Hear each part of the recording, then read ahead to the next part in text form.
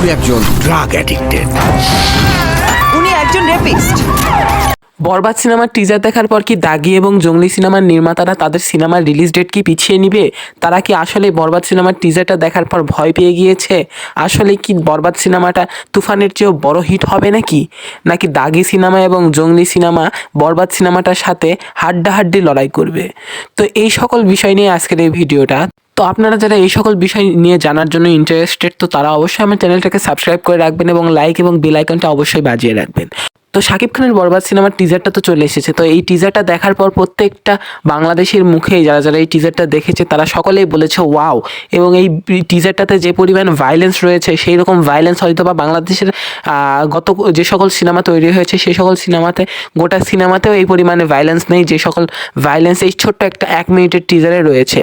তো এই বরবাদ সিনেমাটার টিজার দেখার পর প্রত্যেকটা সাকিবিয়ান এবং প্রত্যেকটা নন সাকিবিয়ান যারা শাকিব খানের সিনেমা শুধু দেখতে যায় কিন্তু শাকিব খানের খুব একটা বড় ফ্যান না, তারাও বলছে শাকিব খান এটা কী ধরনের লুকে আমাদের সামনে প্রেজেন্ট হয়েছে।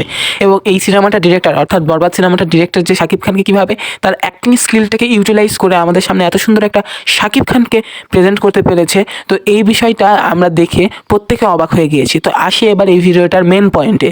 তো দাগি এবং জঙ্গলি সিনেমাটার নির্মাতারা কি সেই সিনেমাগুলো বানানোর পর কি এই ঈদুল আজহাতে রিলিজ না দিয়ে অন্য কোনো ঈদে রিলিজ দিবে নাকি, বা অন্য কোনো সময় রিলিজ দিবে নাকি? কারণ বরবাদ সিনেমাটা টিজার দেখার পর ফ্যান্সরা বা যারা সিনেমা দেখতে আগ্রহী তারা বরবাদ সিনেমাটা দেখবেই, এটা তাদের মনে হয়তো বা নির্ধারণ করে ফেলেছে।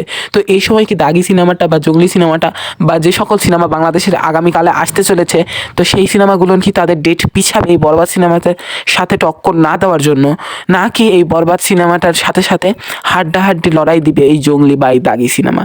তো আমরা জানি জঙ্গলি সিনেমায় কাজ করছে বাংলাদেশের আরেকটি বড় সুপারস্টার না হোক একটা বড় স্টার সিয়াম আহমেদ, এবং দাগি সিনেমাটাতে কাজ করছে সুরঙ্গ মুভি দিয়ে চলচ্চিত্রে প্রথম বলে পা ফেলেই একেবারে ধুম ফেলে দেওয়া সিনেমার অভিনেতা আফরান নিশো।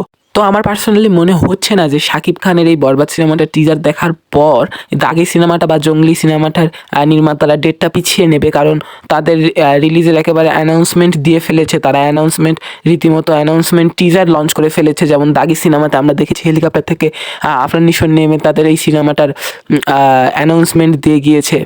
তো আমরা আশা করি এই 3টা সিনেমায় আমরা দেখতে যাবো। এবং শাকিব খানের বরবাদ সিনেমাটাতে যে পরিমাণে ভায়োলেন্স, এবং যিশু সেনগুপ্ত যে সিনেমাটা এই বরবাদ সিনেমাটাতে অর্থাৎ বাংলাদেশের প্রথম সিনেমাতে তিনি কাজ করছেন, এবং আমরা সকলেই চাতাম যারা এই সিনেমা নিয়ে থাকি বা সিনেমা দেখতে পছন্দ করি যিশু সেনগুপ্ত আমাদের বাংলাদেশের সিনেমাতে ভিলেন হিসাবে কাজ করুক। তো সেটা আমরা বরবাদ সিনেমাটার মাধ্যমে পাচ্ছি, এবং অনেক রিউমার্স ছড়িয়েছিল যে যিশু সেনগুপ্ত বরবাদে থাকতে চলেছে। তো এটা অ্যাটলিস্ট যাই সত্য হয়েছে, এবং আমরা টিজারে যিশু সেনগুপ্তর একটা হালকা কিছু দৃশ্য দেখতে পেয়েছি, এবং যিশু সেনগুপ্ত সেখানে বিভিন্ন ধরনের অঙ্গভঙ্গি করছে, এবং সেই অঙ্গভঙ্গিতে আমরা প্রত্যেকে অনেক মজা পেয়েছি। এবং শাকিব খানের যে পরিমাণে ভায়োলেন্স লুক এবং পুরো অ্যানিমেল ভাইব দিচ্ছে আমরা। তো মেন কথা হলো শাকিব খানের এই এত পরিমাণে ভায়োলেন্স লুক কি আসলে বাংলাদেশের অডিয়েন্স নিতে পারবে নাকি পারবে না?